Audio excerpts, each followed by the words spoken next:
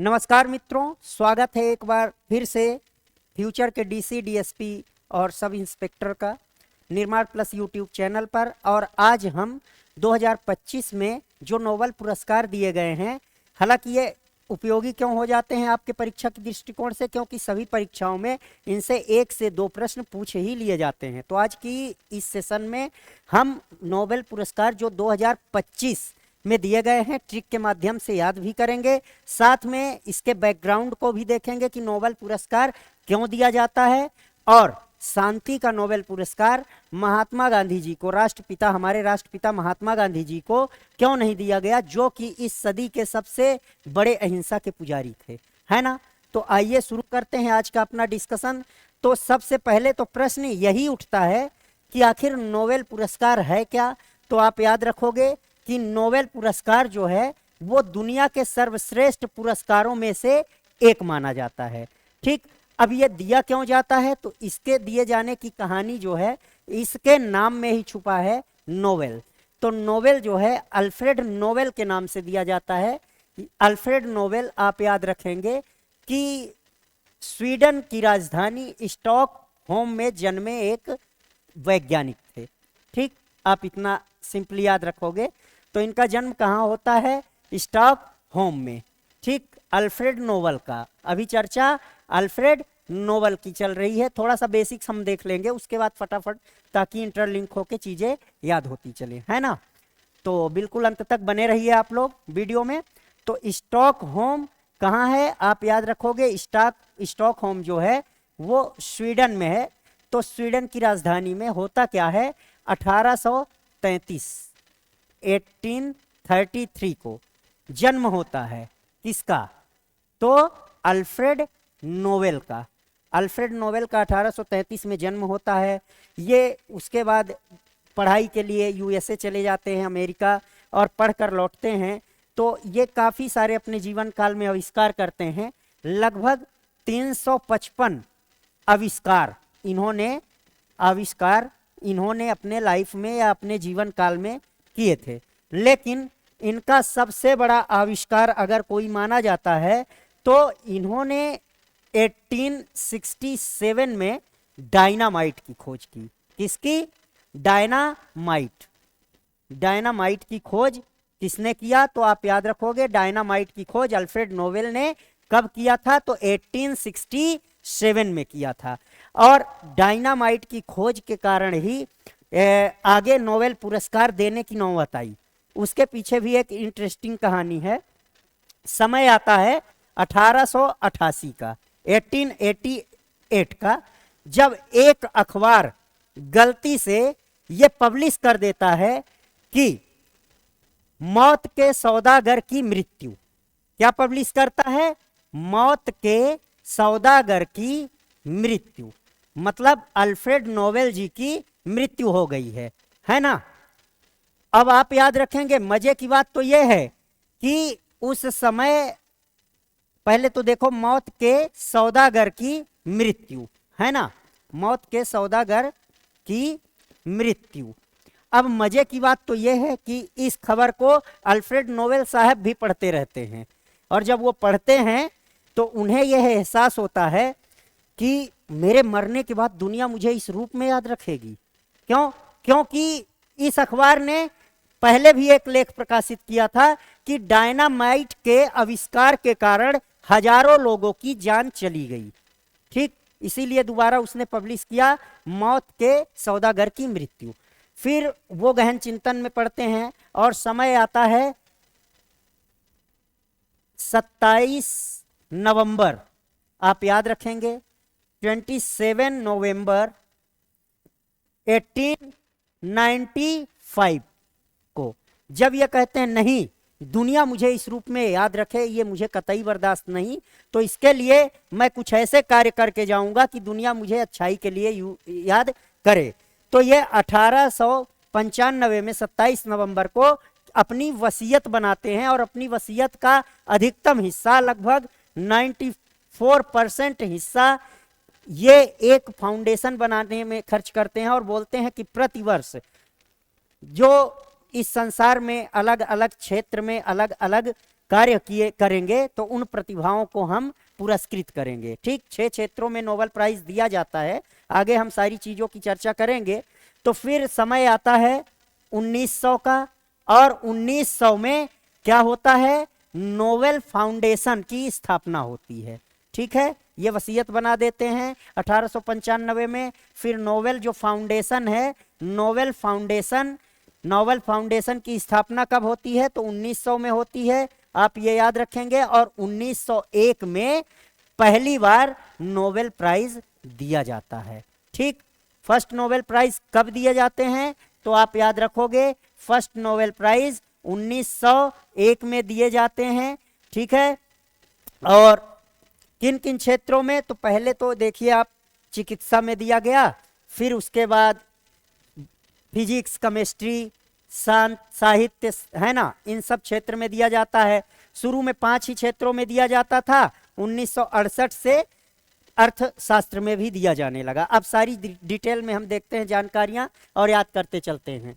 Clear, आई hope कि आप सबका बेसिक एक बार क्लियर हो गया होगा कि आखिर ये दिया क्यों जाता है। तो नोबेल पुरस्कार, इस नोबेल फाउंडेशन की स्थापना कब हुई, तो अभी मैंने आपको बताया था 1900 में। तो जून 1900 में नोबेल फाउंडेशन की स्थापना होती है, और पहली बार 1901 में नोबेल पुरस्कार प्रदान किए जाते हैं। सबसे पहले चिकित्सा को, ये देखिए, फिर भौतिकी, रसायन विज्ञान, साहित्य, शांति, अर्थशास्त्र के पुरस्कारों की घोषणा होती है। शुरू में देखो 5 ही क्षेत्र में दिए जाते थे, शुरू में इकोनॉमी शामिल नहीं था। 1968 में स्वीडन का जो सेंट्रल बैंक है वो अर्थशास्त्र के लिए 6ठे पुरस्कार की घोषणा करता है, और इस जो अर्थशास्त्र का पुरस्कार है ना, इसके लिए जो फंड की व्यवस्था होती है वो भी ये बैंक ही करता है। कौन सा बैंक, तो स्वीडन का सेंट्रल बैंक, स्वीडिश केंद्रीय बैंक, आप याद रखोगे। जबकि अन्य क्षेत्रों के लिए जो पुरस्कार वितरण की राशि होती है तो वो नोबेल फाउंडेशन की ओर से जो कमेटी बनाई जाती है वो कमेटी उसको खर्च को उठाती है। ठीक है, एक महत्वपूर्ण तथ्य आप और याद रखेंगे कि शांति का जो पुरस्कार है वो नॉर्वे की राजधानी ओस्लो में दिया जाता है। नॉर्वे की राजधानी ओस्लो में शांति का पुरस्कार दिया जाता है। इसके अलावा जितने भी क्षेत्रों के पुरस्कार हैं वो स्टॉक होम में प्रदान किए जाते हैं। ठीक है, हर साल स्वीडन के राजा इसकी भव्य समारोह का आयोजन करते हैं। तो अब आगे अगर हम देखें तो ये पुरस्कार अब वर्तमान में पूछ ले कि कितने क्षेत्रों में दिया जाता है। 6 क्षेत्र आप याद रखेंगे, कौन कौन से, तो फिजिक्स हो गया, केमिस्ट्री हो गई, साहित्य हो गया, शांति हो गया, अर्थशास्त्र हो गया। कितने हुए, 5, और 6वां चिकित्सा भी तो हो गया। तो आप याद रखेंगे सबसे पहले चिकित्सा याद रखो, क्योंकि सबसे पहले चिकित्सा में दिया गया, फिर फिजिक्स, केमिस्ट्री 3 हुए, चौथी शांति, 5वां साहित्य, और लास्ट में जुड़ा आर्थिक विज्ञान या अर्थशास्त्र। ठीक है, तो ये नाम भी लिखें, आप याद भी रख सकते हैं। ये कोई क्रम निश्चित नहीं है कि आप इसको मान बैठो कि पहला दूसरा तीसरा, ऐसे नहीं, लास्ट में ये जुड़ता है। और सबसे पहले चिकित्सा के क्षेत्र में दिया जाता है, लास्ट में कौन सा जुड़ा, 1968 में, तो आप याद रखोगे आर्थिक विज्ञान या अर्थशास्त्र जुड़ा। क्लियर, अब देखो फिजिक्स या भौतिक विज्ञान का जो है क्या नोबेल पुरस्कार, वो royal Swedish academy of sciences के द्वारा दिया जाता है। यहां से प्रश्न बनता नहीं, जानकारी के लिए आप जान जाओ, कभी किसी से चर्चा करोगे तो हवाबाजी के लिए सही रहेगा। और दूसरा है रसायन विज्ञान या केमिस्ट्री, ये भी Royal Swedish Academy of Sciences द्वारा ही दिया जा रहा है। चिकित्सा विज्ञान का कारोलिंस्का इंस्टीट्यूट द्वारा दिया जाता है। साहित्य या लिटरेचर का स्वीडिश एकेडमी द्वारा दिया जाता है। शांति का देख लेना कहाँ, मैंने आपको बताया था कि नॉर्वे की राजधानी ओस्लो में दिया जाता है, तो नॉर्वेजियन नोबेल कमेटी ओस्लो द्वारा दिया जाएगा। बाकी तो ये सब स्वीडिश जो नोबेल कमेटी है, नोबेल फाउंडेशन की, वहां से देंगे। और इकोनॉमी का आप याद रखोगे, इकोनॉमी का वहां का बैंक देगा। ठीक है, केंद्रीय बैंक स्वीडन का। तो आर्थिक विज्ञान रॉयल स्वीडिश एकेडमी, ये लिखा ही है, ऑफ साइंसेस, क्लियर, इतनी चीजें आप याद रखेंगे। हाँ, एक महत्वपूर्ण फैक्ट आप और याद रखेंगे कि जब सेकेंड वर्ल्ड वार चल रहा था ना, द्वितीय विश्व युद्ध, तो द्वितीय विश्व युद्ध के समय आप याद रखोगे वर्ल्ड वॉर सेकेंड के समय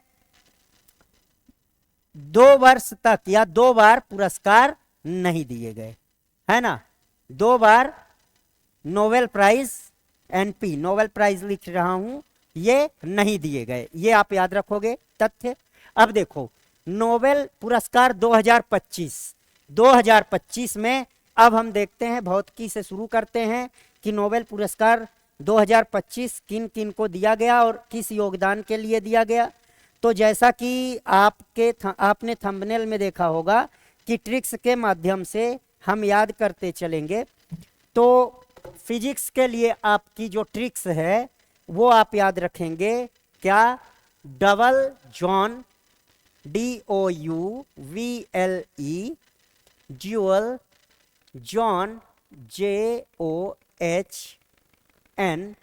सिंगल SINGLE, मिशेल MICHEL। देखो मैं ऐसा क्यों बोल रहा हूं, डबल जॉन, सिंगल, मिशेल। तो एक कहानी समझ लो आप फटाफट कि जॉन और मिशेल ये 2 फ्रेंड थे, है ना, और दोनों ही भौतिक जगत में रहते थे, भौतिकी है तो। लेकिन धीरे धीरे मिशेल का रुझान आध्यात्मिक जगत में ज्यादा हो गया और मिशेल शादी की नहीं, जॉन ने शादी कर लिया। तो जॉन सिंगल से डबल हो गया और मिशेल सिंगल रह गई। क्लियर, तो अब आप याद रखोगे मिशेल सिंगल रह गए, तो अब double John single Michel, double John single mission.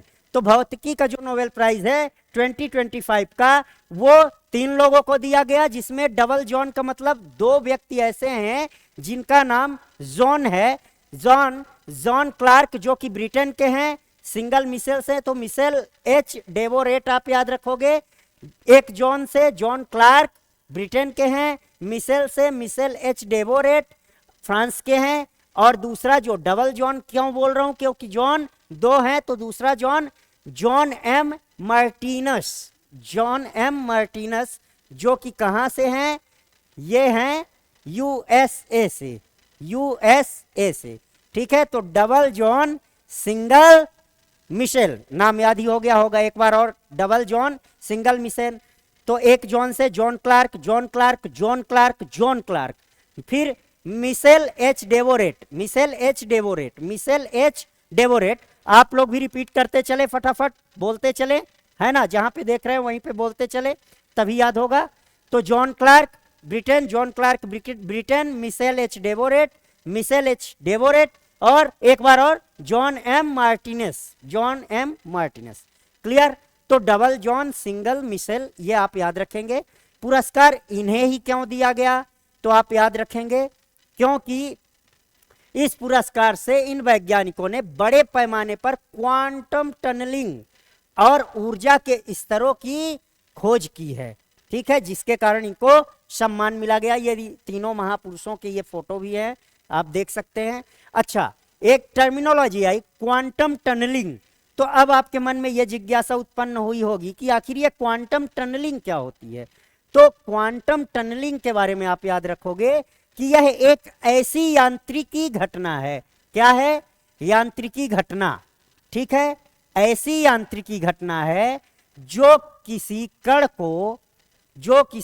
को क्या पारगम्य बनाती है भौतिक उसमें, है ना।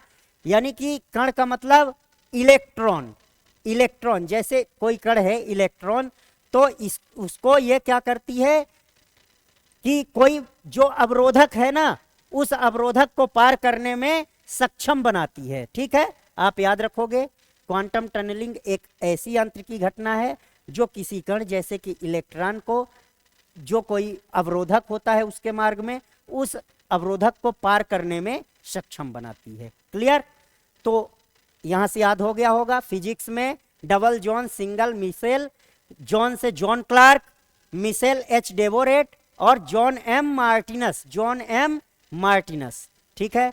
हाँ, अब आप देखेंगे भौतिकी के जो नोबेल प्राइज हैं क्या किन्हीं भारतीयों को मिला है? 2025 का तो आप याद रख लिए हो, double John single mission, John Clark, Michel H Devoret, John Martinis. ठीक, अब कोई भारतीय ऐसे हैं क्या जिन्हें नोबेल प्राइज मिला हो, वो भी फिजिक्स का? तो बिल्कुल मिला है, 2 लोगों को मिला है। आप याद रखेंगे सर सीवी रमन 1930 में इनको मिला था रमन प्रभाव की खोज के लिए।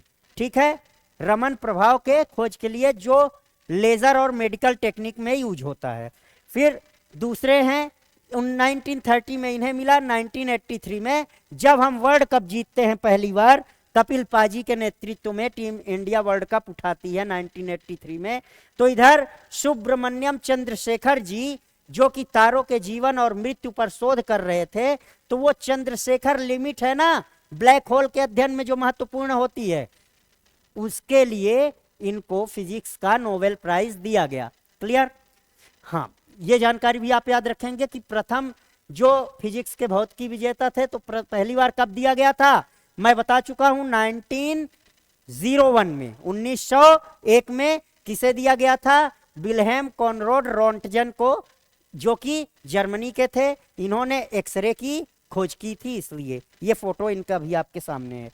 बढ़ते हैं हम अगले क्षेत्र की ओर। तो ये अगला क्षेत्र है आपका रसायन, केमिस्ट्री, है ना।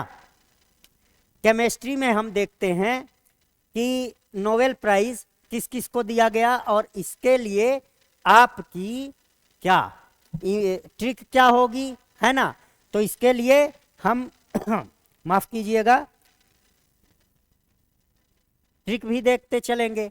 नाम देखो पहले, Susumu Kitagawa, Richard Robson, Omar M Yaghi, है ना। इनको रसायन का दिया गया 2025 का। तो आप याद रखोगे उमर, क्या याद रखोगे? उमर, मैं रेड कलर से लिख दूं जो कि ज्यादा विजिबल हो जाए आप लोगों के लिए। तो ट्रिक जो है अपनी, ये ट्रिक आप लोग नोट डाउन भी करते चलेंगे, है ना। तो ट्रिक क्या है? उमर सूमो में रसना बेचकर, उमर सूमो में रसना बेचकर अमीर हो गया, है ना। उमर सूमो में रसना बेचकर अमीर हो गया। उमर सूमो में रसना बेचकर अमीर हो गया। क्या है? उमर सूमो में रसना बेचकर अमीर हो गया। ठीक है, उमर सूमो में रसना बेचकर अमीर हो गया। ठीक है, अब देखो उमर से आप याद रखोगे क्या? उमर एम यागी जो कि जॉर्डन के हैं, उमर एम यागी जॉर्डन के हैं। इनको रसायन का, केमिस्ट्री का क्या दिया गया है? Nobel prize. 3 लोगों को दिया गया, अधिकतम 3 लोगों को ही दिया जा सकता है। ठीक है, जिनमें से एक व्यक्ति हैं जॉर्डन के उमर एम यागी। ठीक है, तो और सूमो से आप क्या याद रखोगे? तो सूमो से अमीर की जगह आप रिच लिख लो, रिच हो गया। ठीक है, रिच हो गया, रिच लिख लो, रिच। अमीर की जगह आपको क्या लिखना है? रिच लिखना है। तो अब आप इधर देखो, सूमो से आप इधर सुसुमू कितागावा, ठीक है, जो कि जापान के हैं, इनको दिया गया। उमर से क्या है? उमर एम यागी जॉर्डन, और सूमो से सुसुमू कितागावा जापान के हैं। और रसना बेचकर, ये सब आपको देखना नहीं। रिच से आप याद रखेंगे, रिच से क्या है अपना? रिचर्ड रॉबसन, है ना, रिचर्ड रॉबसन। तो आप याद रखेंगे रसायन के लिए क्या ट्रिक हमने देखी है। तो उमर सूमो में रसना बेचकर रिच हो गया। तो उमर से उमर एम यागी जो कि जॉर्डन के हैं, इनको रसायन का नोबेल प्राइज दिया गया। इनके साथ सुसुमू कितागावी जो कि जापान के हैं, इनको दिया गया। और इन्हीं के साथ रिचर्ड रॉबसन जो कि ऑस्ट्रेलियाई हैं, इनको भी क्या दिया गया? 2025 का रसायन का नोबेल प्राइज। क्लियर? अब देखो इन्हीं तीनों को क्यों दिया गया? तो यह सम्मान उन्हें धातु कार्बनिक ढांचों यानी कि मेटल ऑर्गेनिक फ्रेमवर्क के विकास में उनके अग्रणी योगदान के लिए दिया गया। तो धातु कार्बनिक ढांचों के लिए आप याद रखोगे। ठीक है, बढ़ते हैं आगे। रसायन नोबेल विजेता भारतीय क्या भारत में, अब आप यहां से याद रखोगे। ठीक है, वो याद रहेंगे आपको, उम्मीद कर रहा हूं मैं। बार बार देखिए, ट्रिक लिखिए। अब रसायन नोबेल विजेता भारतीय कौन है? किसी भारतीय को मिला है रसायन का नोबेल प्राइज? तो बिल्कुल मिला है। कब मिला है? 2009 में, 2009 में मिला है। क्लियर? 2009 में मिला है। किसे? वेंकटरमन रामकृष्णन को मिला है। वेंकटरमन रामकृष्णन को किस लिए मिला था? तो राइबोसोम की संरचना और कार्य के अध्ययन के लिए मिला था। ठीक है, राइबोसोम के कार्य, संरचना और कार्य के अध्ययन के लिए मिला था। ये राइबोसोम होता क्या है? तो राइबोसोम कोशिका के प्रोटीन बनाने वाले अंग हैं। ठीक, अब देखो पहली बार रसायन का किसे दिया गया? तो ये भी आप देख लो, 1901 में नीदरलैंड के वैज्ञानिक जैकब हेनरिक वॉन्ट ऑफ हफ को दिया गया। रासायनिक गतिशीलता के नियमों और विलयनों में परासरण दाब की खोज के लिए दिया गया था। ठीक है, अब अगला आपका कौन सा क्षेत्र है? तो अगला आपका क्षेत्र है चिकित्सा। चिकित्सा में भी 3 लोगों को दिया गया। ठीक है, चिकित्सा में भी 3 लोगों को दिया गया। तो चिकित्सा में अब हम इसके बारे में भी एक ट्रिक याद रखेंगे, है ना, ताकि इजली आपको याद हो पाए। तो इसके लिए आपकी जो ट्रिक है वो है, लिखते चलेंगे और बोलते चलेंगे, मैरी की फ्रेंड, मैरी की फ्रेंड शिमोन, मैरी की फ्रेंड शिमोन ने, मेरी की फ्रेंड सिमोन ने मेडिसिन की खोज की। ठीक है, मेरी की फ्रेंड सिमोन ने मेडिसिन की खोज की। मेरी की फ्रेंड सिमोन ने मेडिसिन की खोज की। ठीक है, मेरी की फ्रेंड सिमोन ने मेडिसिन की खोज की। अब देखो, मेडिसिन, मेडिसिन से आप चिकित्सा याद रखोगे। ठीक है, चिकित्सा के क्षेत्र का। तो मैरी से मैरी ई ब्रुनको, अमेरिका की हैं मैरी ई ब्रुनको, ये फोटो भी आप उनकी देख सकते हैं। फ्रेंड से आप याद रखेंगे फ्रेड रोम्सडेल, ये भी यूएसए के ही हैं। Fred Ramsdell, Fred रोम्सडेल।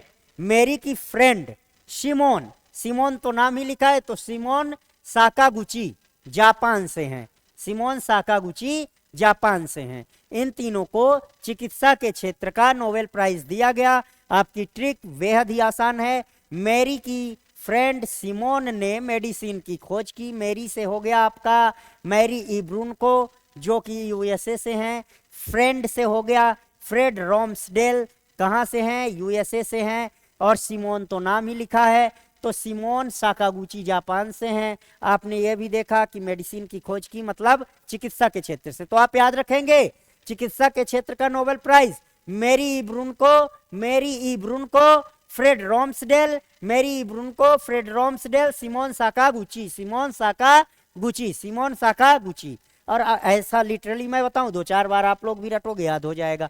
फिर इन्हें ही पुरस्कार क्यों दिया गया? तो आप देखो, पेरिफेरल इम्यून टॉलरेंस, परिधीय प्रतिरक्षा सहनशीलता, मतलब हमारी जो इम्यूनी सिस्टम है ना, आप याद रखोगे, तो वो कितना सहिष्णु है, इसकी पहचान की इन्होंने। और साथ ही साथ जो टी सेल्स होती हैं, टी सेल्स, उनकी भी पहचान की। इसके लिए इनको दिया गया। ठीक है, तो चिकित्सा के क्षेत्र का आप मैरी ब्रुनको, फ्रेड रोम्सडेल, सिमोन साकागुची। देखते हैं क्या चिकित्सा के क्षेत्र में किसी भारतीय ने कभी नोबेल प्राइज जीता है? तो बिल्कुल आपका उत्तर होना चाहिए हाँ सर, बिल्कुल जीता है। कब जीता? 1968 में। नोबेल प्राइज किसे मिला था चिकित्सा का? तो 1968 में आपको रखना है याद, हरगोविंद खुराना को। हरगोविंद खुराना को चिकित्सा के क्षेत्र का नोबेल प्राइज मिला था। इनका योगदान क्या था? तो न्यूक्लिक एसिड, यानी कि डीएनए में डीऑक्सी राइबोस न्यूक्लिक एसिड में न्यूक्लियोटाइड के क्रम की खोज, जो कि कोशिका के आनुवांशिक कोड और प्रोटीन संश्लेषण को नियंत्रित करते हैं। ठीक, देख लेंगे, याद रखेंगे। पहली बार किसको मिला था, तो आप याद रखेंगे ये नाम, पहली बार मिला था एमिल वॉन वेहरिंग को 1901 में ही। एमिल वॉन वेहरिंग, क्योंकि चिकित्सा सब का प्राइज सबसे पहले दिया गया है ना। तो एमिल वॉन वेहरिंग 1901 में योगदान क्या था, तो इन्होंने डिप्थीरिया जो आपका एक बीमारी है, तो डिप्थीरिया के इलाज के लिए सीरम थेरेपी विकसित करने में सफलता प्राप्त की थी। ठीक है, डिप्थीरिया के इलाज में। अब अगला है आपका क्षेत्र शांति। अब शांति में पुरस्कार सिर्फ एक ही व्यक्ति को मिला है ना। यहाँ ट्रिक की है जरूरत नहीं, और आप तो देश से ऐसे याद रखोगे कि वेनेजुएला। देखो, वेनेजुएला एक कंट्री है, और वेनेजुएला कंट्री में लगभग पिछले कुछ समय से तानाशाही सी स्थितियां चल रही थी। तो एक विपक्ष की नेता थी, उन्होंने उस समय भी वहां लोकतंत्र को जिंदा रखा, जिनके अमूलचूल योगदान के लिए उन्हें पीस का, शांति का 2025 का नोबेल प्राइज दिया गया। तो अब उनका नाम क्या है, नाम आप याद रखो, Maria Corina Machado. Maria Corina Machado, है ना, मारिया कोरिना मचाडो। एक बार और, मारिया कोरिना मचाडो, शांति का मारिया कोरिना मचाडो। कोरोना के टाइम पर शांति इन्होंने लाई थी, है ना। ये मान लो आप याद करने के लिए, जब कोरोना के समय त्राही त्राही मचा था, तो मारिया ने, मर रहे थे सब, तो मारिया ने क्या किया, शांति स्थापित की। तो फिर 2025 में उनको, किनको, मारिया कोरिना मचाडो को क्या दिया गया, नोबेल प्राइज दिया गया शांति का। ठीक है, ये हैं कौन, तो वेनेजुएला की एक प्रमुख राजनीतिक नेता हैं, लोकतंत्र समर्थक कार्यकर्ता हैं। पुरस्कार देने का इनका कारण क्या था, इन्हें ही पुरस्कार क्यों दिया गया, तो देखो, वेनेजुएला में लोकतांत्रिक अधिकारों की रक्षा और वहां तानाशाही से लोकतांत्रिक व्यवस्था में शांतिपूर्ण संक्रमण, पीसफुल ट्रांजिशन के लिए उनके अथक प्रयासों को मान्यता दी गई, जो कि मैं अभी आपको बता चुका हूं। ये हैं मारिया कोरिना मचाडो, है ना, championing democracy Venezuela, Nobel prize peace 2025। अब देखो, पीस का या शांति का नोबेल प्राइज किसी भारतीय को मिला है या नहीं, तो आप बिल्कुल याद रखिए, दो लोगों को मिला है। एक तो 1979 में मदर टेरेसा को मिला है। ठीक है, भले ये विदेशी थी, लेकिन भारत में आके सेवा और समर्पण पीड़ितों के लिए इन्होंने जताया, और यहाँ परमानेंट रहने लगी। तो ये कौन है, भारतीय हैं। तो मदर टेरेसा को 1979 में मिला, इसलिए तो योगदान इनका क्या था, तो पीड़ित मानवता की सहायता के लिए जो इन्होंने कार्य किया, है ना। फिर 2014 का वो समय आता है जब कैलाश सत्यार्थी को बच्चों के दमन के खिलाफ और सभी बच्चों को शिक्षा के अधिकार के लिए इन्होंने जो आवाज उठाई थी, तो किसके साथ, मलाला यूसुफजई के साथ। ये भी आप याद रखेंगे, 2014 में इन्हें मलाला यूसुफजई के साथ संयुक्त रूप से, है ना, मलाला यूसुफजई के साथ संयुक्त रूप से नोबेल प्राइज दिया गया। और सबसे कम उम्र में नोबेल प्राइज विजेता कौन है, मलाला यूसुफजई हैं, पाकिस्तान की। आप ये भी याद रखोगे, क्लियर है ना। तो 2014 में कैलाश सत्यार्थी को और 1979 में मदर टेरेसा को। अब प्रथम विजेता तो देखो, शांति का 1901 में जीन हेनरी डूनेट को मिलता है और फ्रेडरिक पेसी को मिलता है। ये डूनेट साहब हैं, ये पेसी साहब हैं। ठीक है, इनको संयुक्त रूप से दिया गया था ये मानवीय प्रयासों के लिए, है ना। अब आप ये याद रखोगे कि जो ये हैं जीन हेनरी डूनेट, ये हैं कौन, तो रेड क्रॉस के संस्थापक हैं। आप साथ में ये भी याद रखोगे कि शांति का जो नोबेल प्राइज है वो 3 बार किसको मिला है, संस्था को। कौन सी संस्था है, तो international committee of red cross, यानी कि रेड क्रॉस को 3 बार, 1917, 1944 और 1963 में। क्लियर, देखो। और इसके बाद जो शांति का पुरस्कार है वो मिल तो चुका है किसको किसको, तो देखो, वो नेल्सन मंडेला जैसे व्यक्तियों भी उनको भी शांति का पुरस्कार मिला, बिल्कुल मिलना चाहिए, कार्ल मार्क्स को मिला। लेकिन अब समस्या या प्रश्न एक ये उठता है कि विश्व में और सदी में जो सबसे बड़े अहिंसा के पुजारी थे बापू महात्मा गांधी, इनको आज तक शांति का नोबेल प्राइज क्यों नहीं दिया गया? देखो, तो शांति का नोबेल प्राइज पहले तो मरणोपरांत के प्रावधान नहीं थे। अब देखो, मैं बता रहा हूं, 5 बार, कुल 5 बार नामांकन हुआ था इनको कि इनको क्या है, पुरस्कार दिया जाएगा, है ना। कुल 5 बार नामांकन किया गया महात्मा गांधी का, ये आप याद रखेंगे। कुल 5 बार नामांकन किया गया था। वो सन कौन कौन से थे तो आप याद रखोगे, 1937, 1938, ठीक है, 1938, 1939 और उसके बाद 1947 और 1948। अब देखो, इतनी बार नामांकन हुआ पर इन्हें कभी भी शांति का नोबेल प्राइज मिल क्यों नहीं पाया? तो आप ये जो 3 डेट्स देख रहे हैं या 4 डेट मैं कहूं 1947 को मिला के, तो देखो ये आंदोलन करते रहते थे, है ना। तो इनके आंदोलन के दौरान बीच बीच में हिंसा हो जाया करती थी। तो जो नोबेल फाउंडेशन, आपकी नोबेल फाउंडेशन है, तो उस नोबेल फाउंडेशन की जो अवार्ड देने वाली, नोबेल प्राइज देने वाली कमेटी है, वो संदेह में पड़ जाती थी कि इनको शांति का पुरस्कार दिया जाना चाहिए या नहीं। इसकी वजह से 1947 तक तो मिला ही नहीं, क्योंकि 47 में तो और विभत्स स्थिति आपको देखने को मिली, पार्टीशन वगैरह जब हुआ तो, ठीक है, अंत में। और रही बात अब 1948 की, तो 1948 में इनको पुरस्कार मिल ही जाता, ठीक है, मिल ही जाता। लेकिन जब इन्हें नामांकित किया गया कि 1948 के शांति का नोबेल प्राइज महात्मा गांधी को दिया जाएगा, उसके ठीक 4 दिन बाद नाथूराम गोडसे इन्हें गोली मार के इनकी हत्या कर देता है, ठीक। और मैं ये क्यों कह रहा हूं कि 1948 में मिल ही जाता, क्यों कि अब आपके मन में प्रश्न ये उठ रहा होगा कि 4 बार तो नॉमिनेशन हुआ, 5वीं बार भी हो गया, क्या है इसमें, क्या ही मतलब मिल ही जाएगा, आप ऐसा कैसे कह सकते हो? तो मैं जो नोबेल कमेटी थी ना, नोबेल पुरस्कार कमेटी, उसके वक्तव्यों को उस समय के पढ़ने के बाद आपसे कह रहा हूं कि मिल जाता। क्योंकि उस साल 1948 में नोबेल पुरस्कार की, शांति का नोबेल पुरस्कार किसी को नहीं दिया गया। और वो कमेटी सीधा सीधा उसके जो शब्द थे वो यही थे कि इस वर्ष, जब महात्मा गांधी की तो डेथ हो चुकी थी, और वो क्या कहता है कि इस वर्ष जीवित बचे व्यक्तियों में कोई भी ऐसा नहीं है जिसे हम शांति का नोबेल प्राइज दे सकें, तो इस वर्ष शांति का नोबेल प्राइज नहीं दिया जाएगा। क्लियर? तो स्पष्ट था कि बापू को ही मिलने वाला था, ठीक है।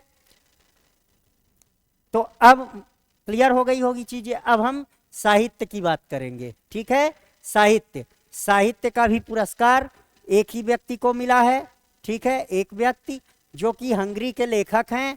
उनका नाम क्या है? लॉसजलो क्रास्जना होरकाई।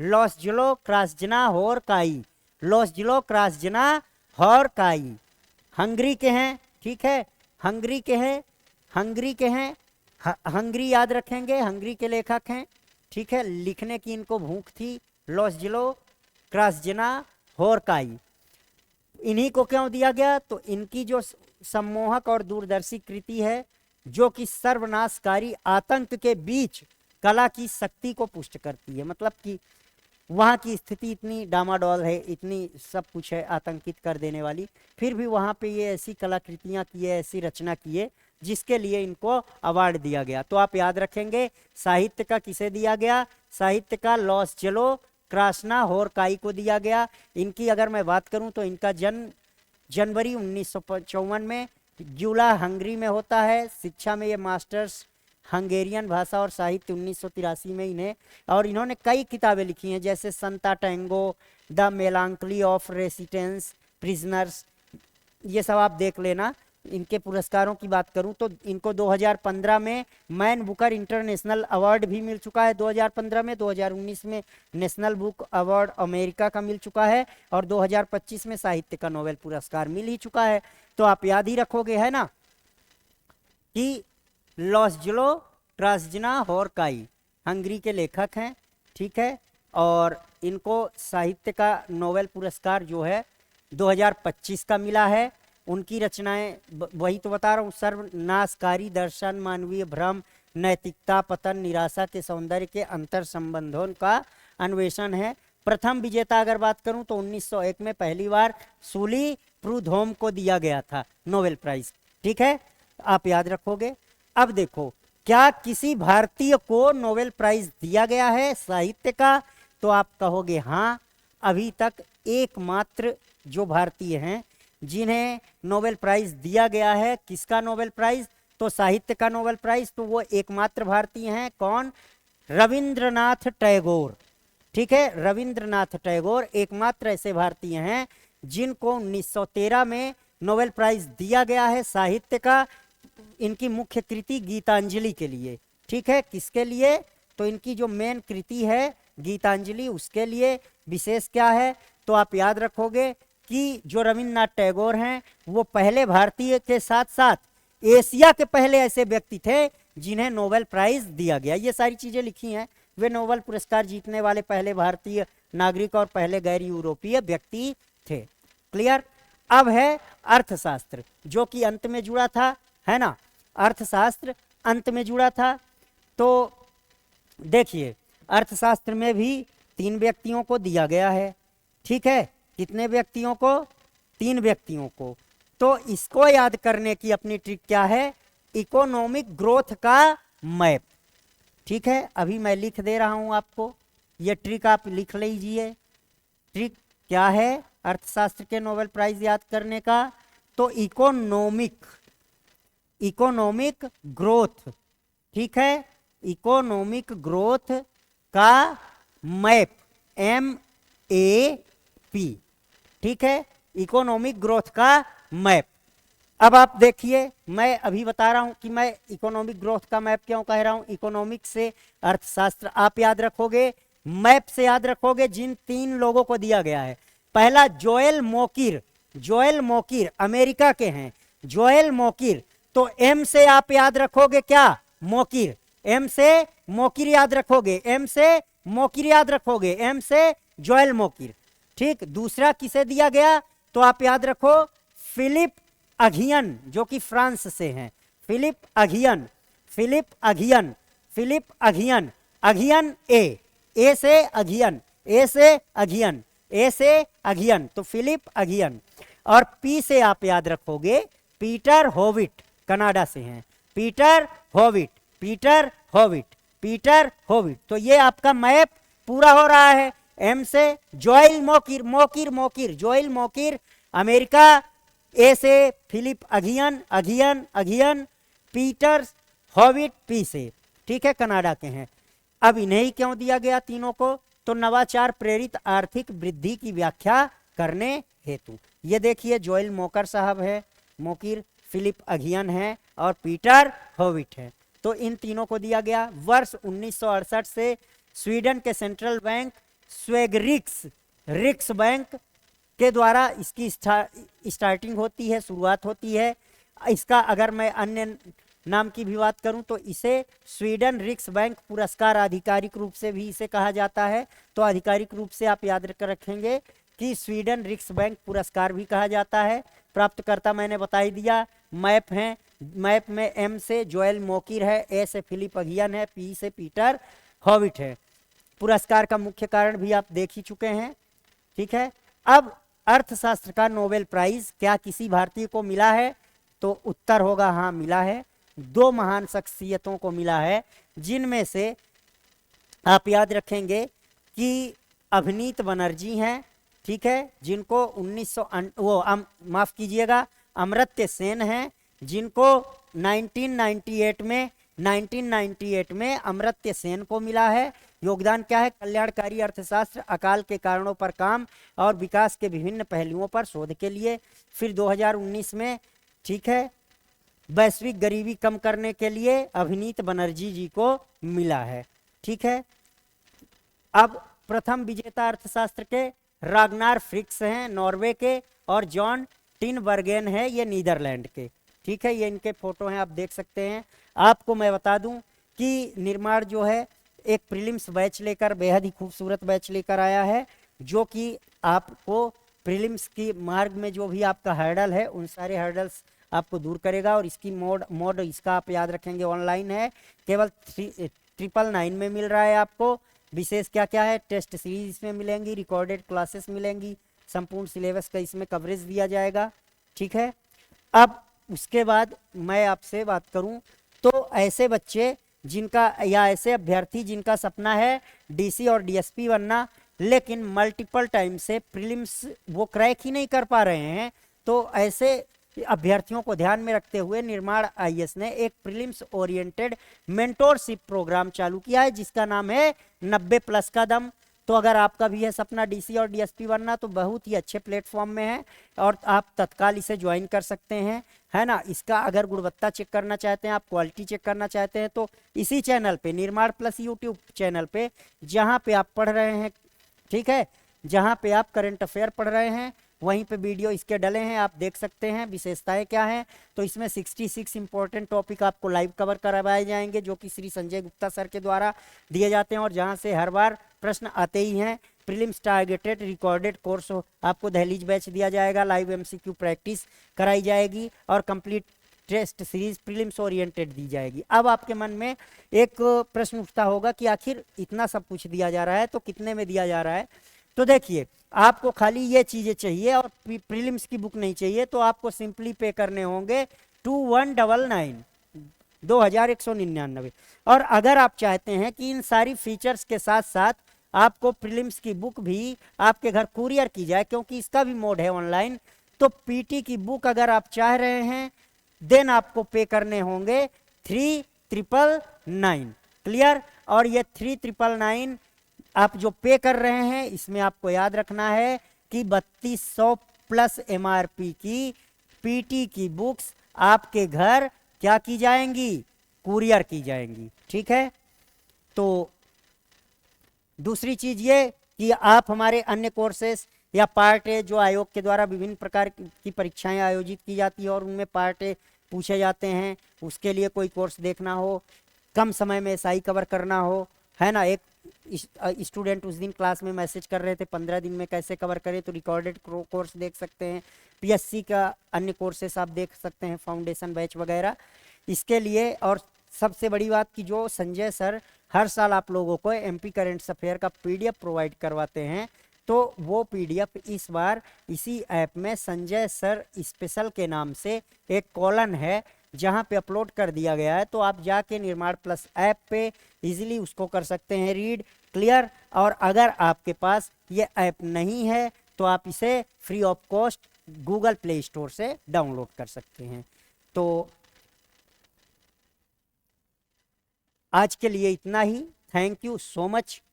आई होप कि सारी चीज़ें आपको बेहद पसंद आई होंगी, आसान हो गए होंगी याद करने में चीज़ें। तो मिलते हैं एक नए वीडियो में, तब तक के लिए आप लोग पढ़ते रहें, स्वस्थ रहें, मस्त रहें। जय हिंद, जय भारत।